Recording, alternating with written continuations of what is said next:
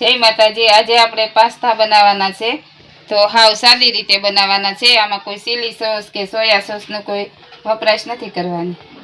Pasta જો બટાણા ને pasta બફાઈ ગયા છે સરસ રીતે। અને આ જો આપણે આ વઘારનું તૈયાર કર્યું છે। કોબીજ છે, ગાજર છે, કેપ્સિકમ ને કાંદા છે, અને આમાં આદુ મરચી અને ટમેટાને ક્રશ કર્યું છે।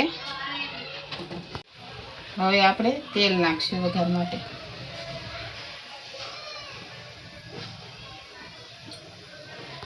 હવે આપણે આ વઘાર માટે હિંગ નાખશું પહેલા। હવે આપણે આ કાંદા નાખશું।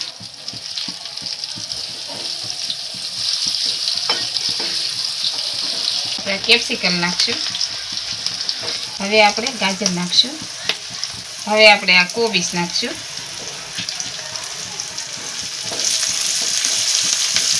આદુ મરચીની ક્રશ નાખશું।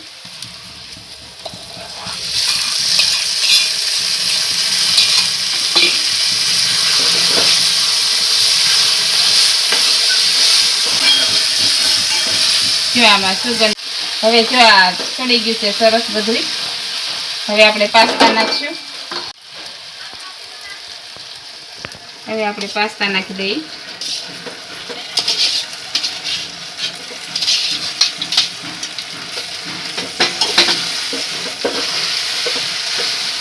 હવે આપણે મીઠું નાખશું, સ્વાદ પૂરતું નાખવાનું, જેવું ખાતા હોય એવું।